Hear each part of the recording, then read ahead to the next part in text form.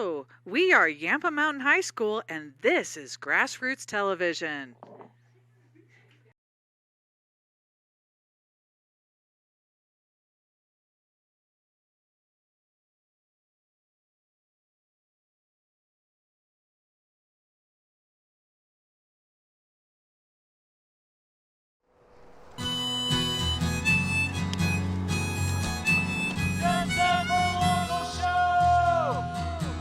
There's a lot you can do in this town. You set it up and turn it around. We might have come from somewhere else, but this is where we found ourselves. Welcome to the local show. People you work with, people you know. Welcome to another edition of the Local Show here on GrassRoots Community Network. I'm still Eric Scarvin, your host, guys, as we're celebrating our 20th anniversary of the Local Show as the longest-running local TV show. So excited to have another inspirational local, longtime friend. He's actually a repeat guest, so I'm going to call him an A-list guest. Telemark skiing instructor with Aspen Skiing Company, has written books on the topic, podcasts, and we'll find out what else. It's Tele Ned Ryerson back in the Local Show house. Eric, welcome back, buddy. Great to see you, Scarman. Great to see you, buddy. Yeah. Tele Ned, what an honor to have you back, and it's great to have you because just to catch up before the show. Like, I haven't seen you in a while. Yeah, it's been a long time, and since the Vikings, and all the canine uphills that we did with our kids while they were growing up, and oh my gosh, enjoying as newlyweds. It was fun to go up and do that with friends. And oh my gosh, yeah, and we have a fun picture of your son Edwin when he was a wee one doing the canine uphill, which for those who don't know was an event I organized for 20 years. The weekend after Buttermilk closed, and up to 350 dogs, of course on leash and under control, would hike up or race up Buttermilk. And your kids were involved early on. Yeah, let's talk about that a second. We took them up in their burly on skis, and one of my friends, Joel Scott, and his friend who introduced my wife and me, were all hiking up together with another couple, and we actually, because the rails were still set up, had Edwin and Adelaide grinding rails on their in their burly. Oh my gosh! Wow. It wasn't actually a burly, but it was one of the tow-alongs, and we were really excited about it. It was really fun. It was a real great treat for us, and amazing. Something that we've all continued liking to do, and it must have gotten Edwin interested in all that uphilling and cross-country stuff. So. And he's, I'm guessing in the image that we're gonna share with the viewers is probably between 5 or 6, 7 years old. Something like that. He was wee in the picture. He's pretty short. He took a fancy to Nordic skiing very early, and we'll get to talk about him more in a little bit. But he liked it, enjoyed it, and the whole idea of going uphill was one of his ideas of fun. Yeah. Well, let's actually just go into that a little bit more now that we're there. You and your wife Heather gave the kids, Edwin and Adelaide, those early experiences. Yeah. And they got traction, no pun intended. They did. They did get traction. Talk about how they went on with their athletics, both your kids, who are now in college. Yeah, well, we put them on skis the minute they could walk, from the little happy skis with their snow boots, and I took screws out of the heel of the binding so they could walk around the yard. Oh, man. And I can't wait to show it off someday, but we have a picture of Edwin and Adelaide walking across the parking lot when they could barely walk, going, Adelaide goes, "I'm telemarking." Oh, that's amazing. And then after traveling around for 20 years, teaching kids telemarking and getting the children's telemark boots made with Garmont boots in the early 2000s, late 1990s, they fit in the smallest boots, kind of, sort of, when we started them. And so we put them in the gear, and they'd go out and piddle around a little bit. And we had to take them back to alpine skiing because the boots fit better. The telemark boots only went down to a size 1, which is about a 5 or 6 year old.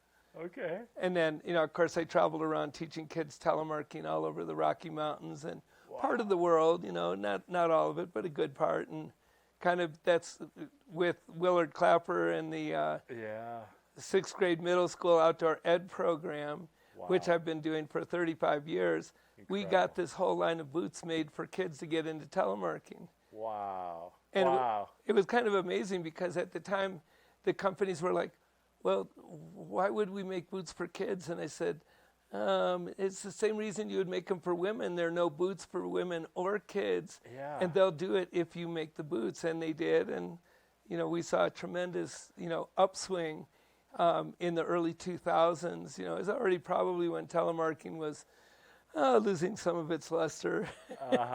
Right, because they were like, is there a market for that? Yeah. And you were like, if you make them, they will ski. Well, we were trying to boost the tele market, if you will. Yeah. The good kind of telemarketing. Not the kind where you get the phone call, at 8 o'clock at night.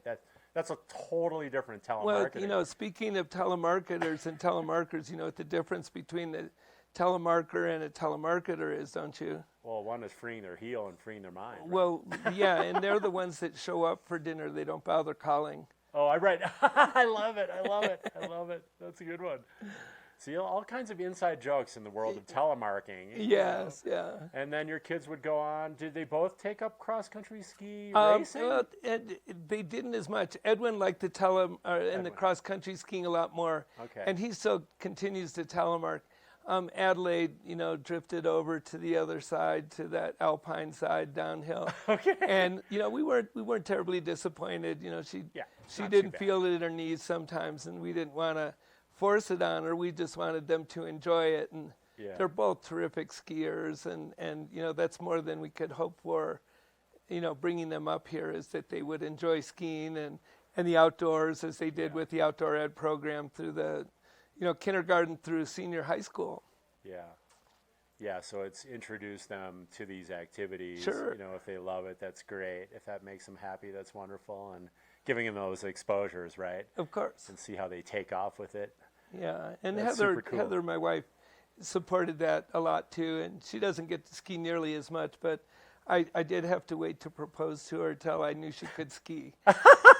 Well, that is a prerequisite in Aspen. Well, yeah. It's like, are you staying here the rest of your life? Yeah. Or try to get a feel for that. Yeah, kids. And are you a she was skier? good, yeah. Or how can we do this? Yeah, Hit those top 3 criteria at least. Yeah, we were lucky to get the kids in one fell swoop, so to speak. And, so we got twins that are 18 and in college and loving it. Wow, that's awesome, man. Well, let's stay back in history and go back actually a little further. We don't usually backtrack, but your family is, what are you, 3rd generation? Well, I'm the Aspenites? youngest of 6 kids. Okay. We moved here in 1974 when I was starting college. Okay. And my mom found a great place here. My dad had regrettably passed away. But they had honeymooned in Aspen in the 1940s at the Snow Chase Inn at the top of what's now Mill Street. Amazing. And their friend, Granny Mac or Pam McPherson, ran a kind of a boarding house. Wow. And, my parents, as many Chicagoans did, came out here and enjoyed skiing and finding out about the mountains here. And then my older brothers and sisters all skied here till they were asked not to come back to town for being underage. We don't talk about that since Lauren was a police chief, my brother. Yeah, but he's out now. He's so out now, he's and retired, this was before our time. We were the youngest pair of 6 kids. So, wow. and so then we moved here and settled in the mid '70s during the oil embargo. And your mom actually had a show on here on GrassRoots TV. She had this idea that there were all these fascinating old timers here in Aspen. And so she commenced to interviewing all of them. Wow. I believe she even got a grant to help fund the buying some of the equipment and producing the show. Amazing. And it was called Tell Us About Our Valley. She interviewed a lot of the locals that were still, some of them from the mining area, the farming.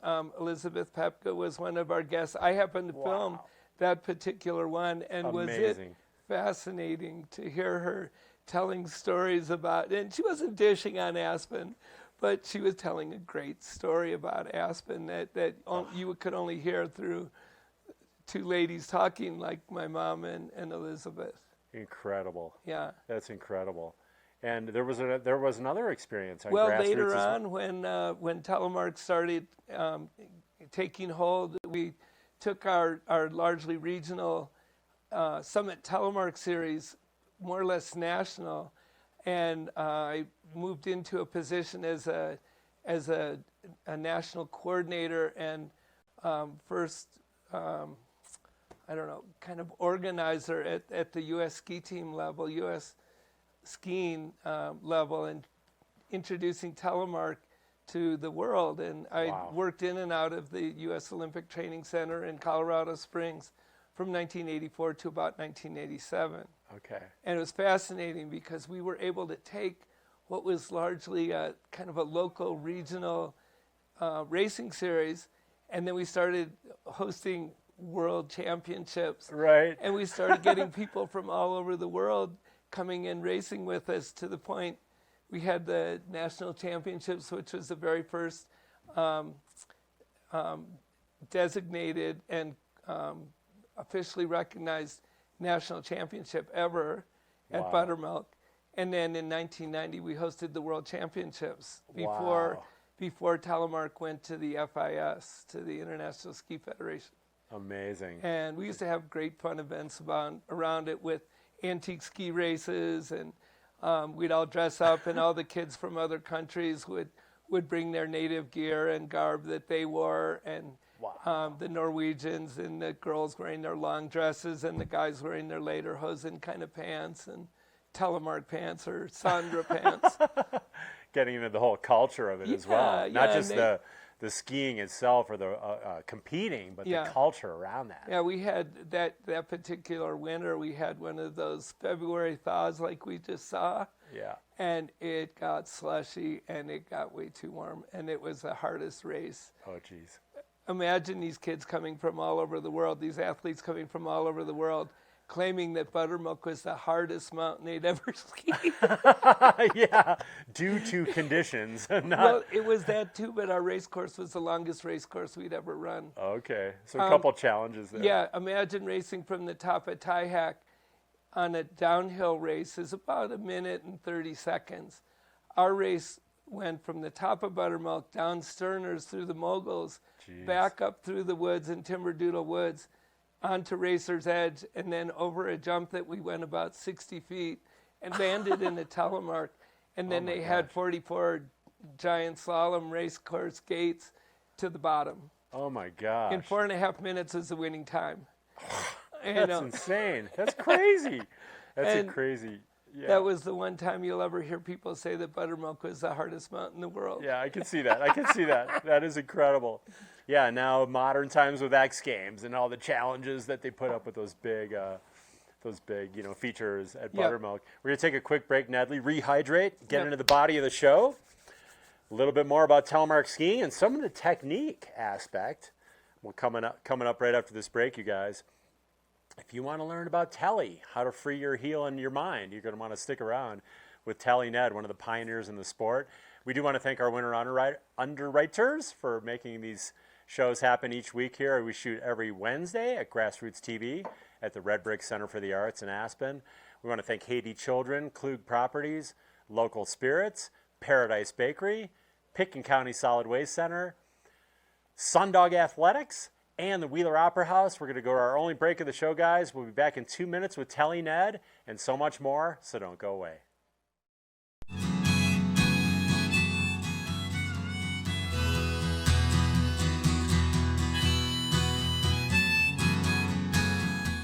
Located in the heart of Aspen, the Wheeler Opera House is rooted in community and recognized globally, presenting live entertainment from comedy and music to dance and theater. Visit WheelerOperaHouse.com for a full schedule of events.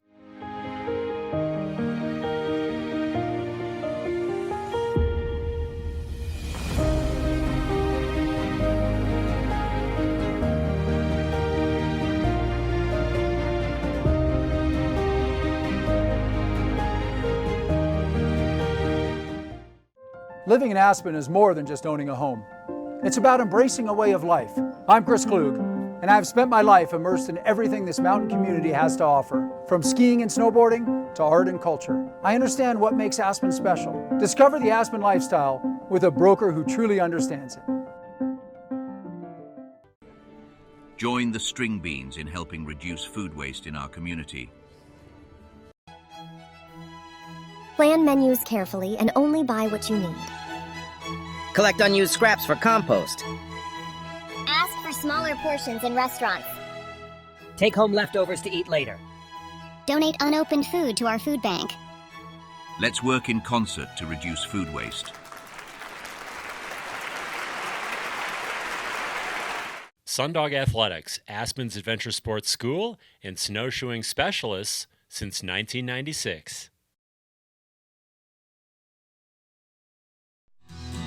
Welcome to the local show. People you work with, people you know. Hey guys, thanks for sticking with us here this week on the local show for 20 years, featuring inspirational locals. We're joined by Ned Ryerson, one of the pioneers in the sport. And let's get into telemark skiing and teaching telemarking.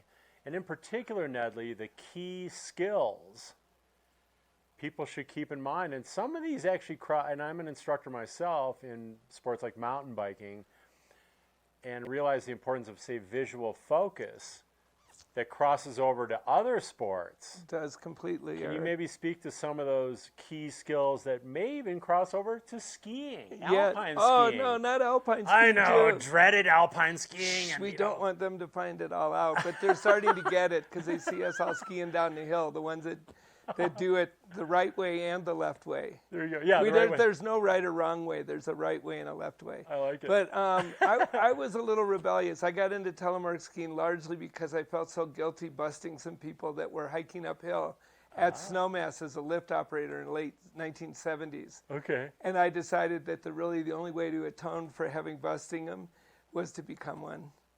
If you can't beat them, join them, kind of deal. Yeah, you can't beat them, join them, and it's quite frankly been all downhill ever since.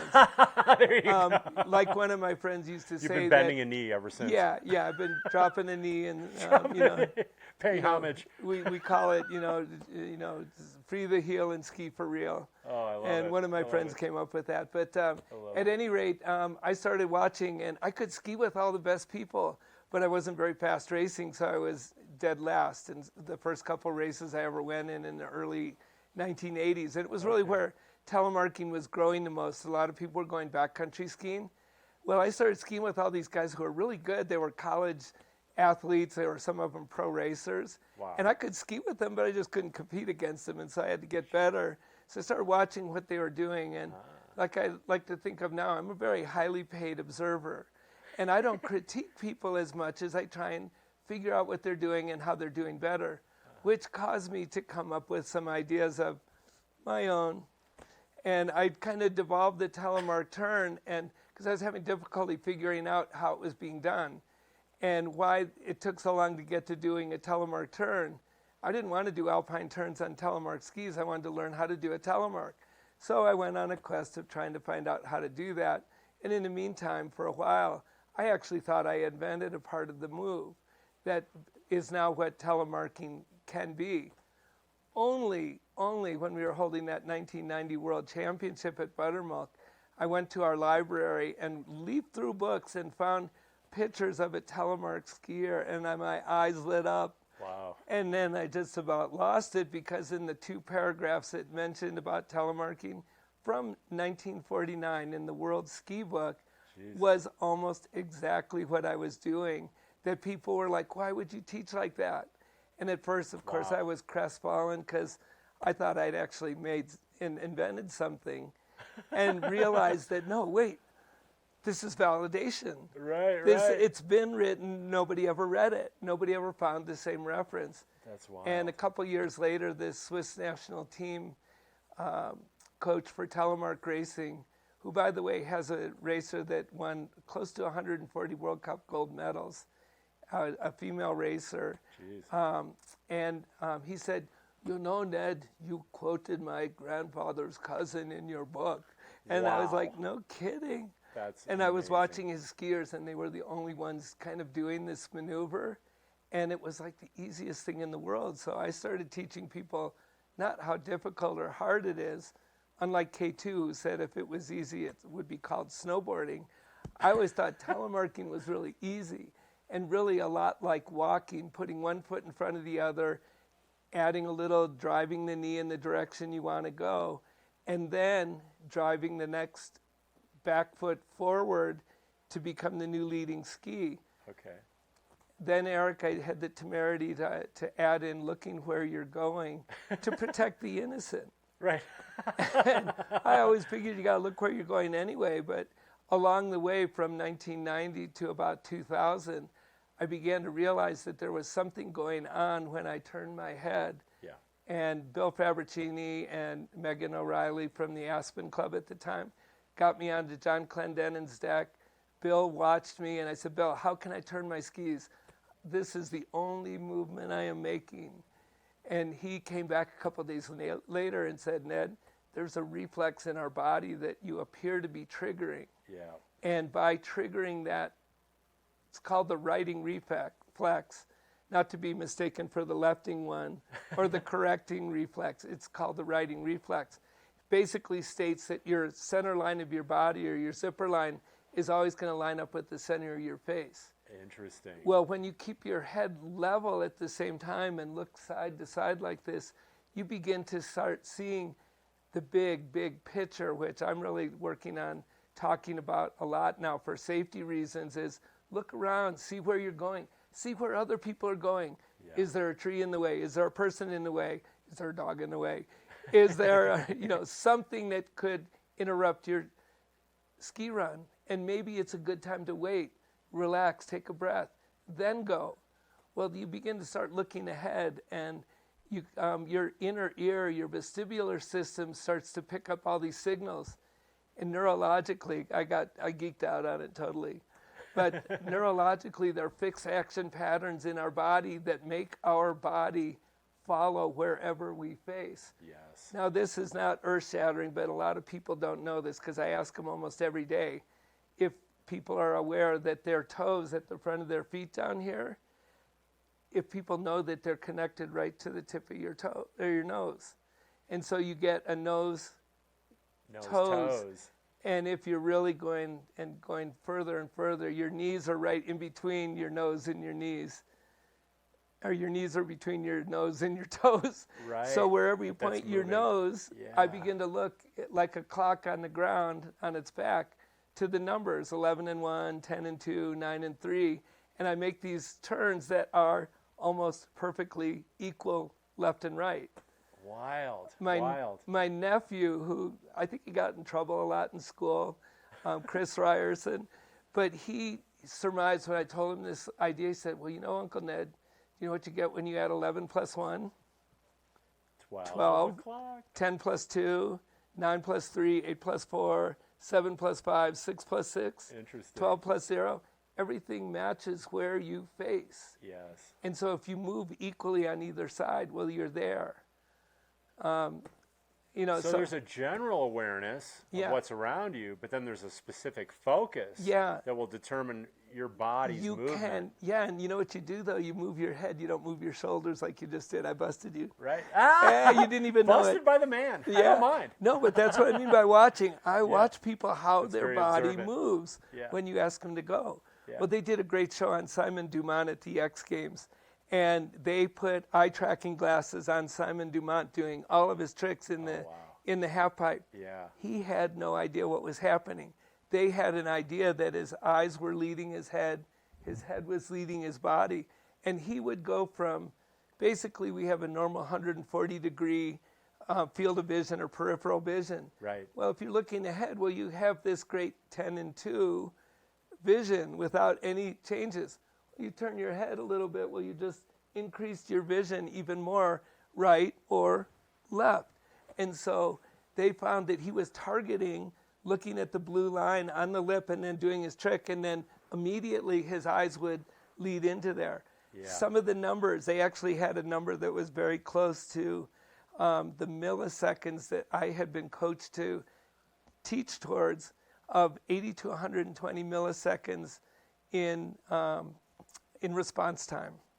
It's amazing. That's incredible. It's not seconds. As you turn and focus your eyes, it's almost an immediate reaction from the rest of your body. Now take a safety point, just because this is a really important one. Yeah. If you see something happening in front of you, you don't have minutes, you don't have seconds to react. You have milliseconds that you can react and change your direction.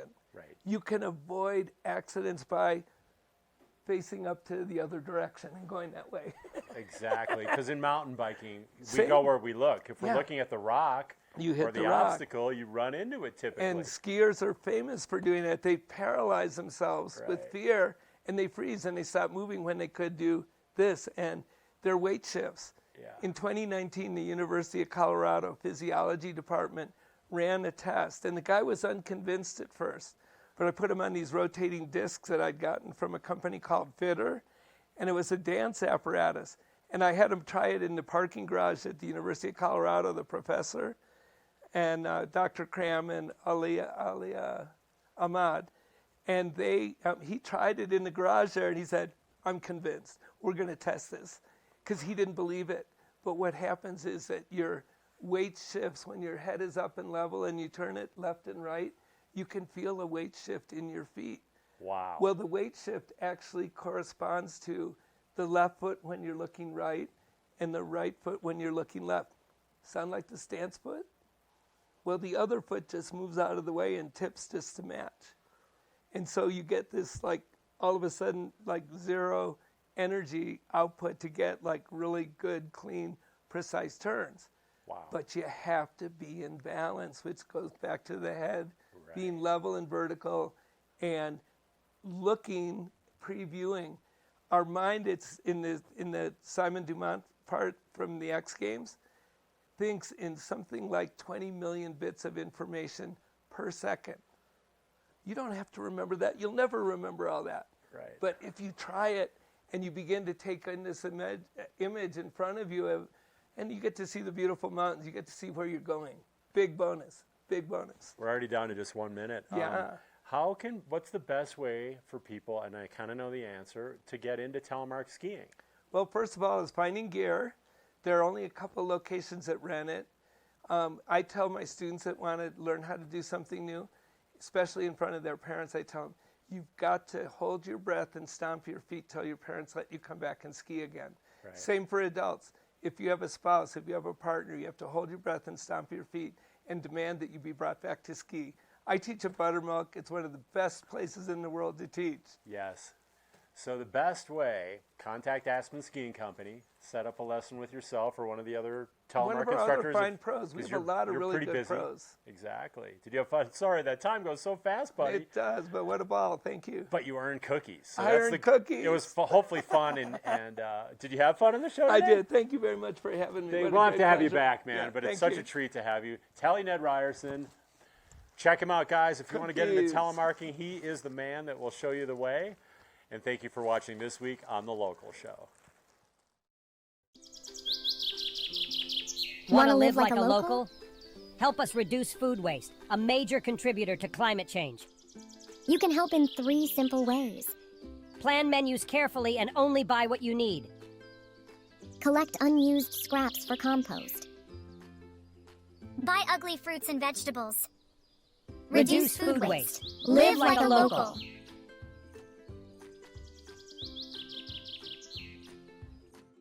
Located in the heart of Aspen, the Wheeler Opera House is rooted in community and recognized globally, presenting live entertainment from comedy and music to dance and theater. Visit WheelerOperaHouse.com for a full schedule of events.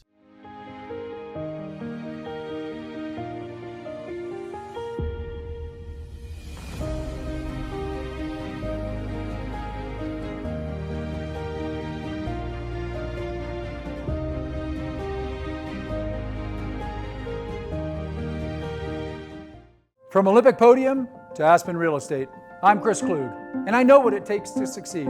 As an athlete, I mastered perseverance and strategy, qualities I now bring to real estate. Whether you're buying or selling, my dedication and commitment are unwavering. Together we'll navigate the market and achieve your real estate dreams. Sundog Athletics, Aspen's adventure sports school and snowshoeing specialists since 1996. Welcome to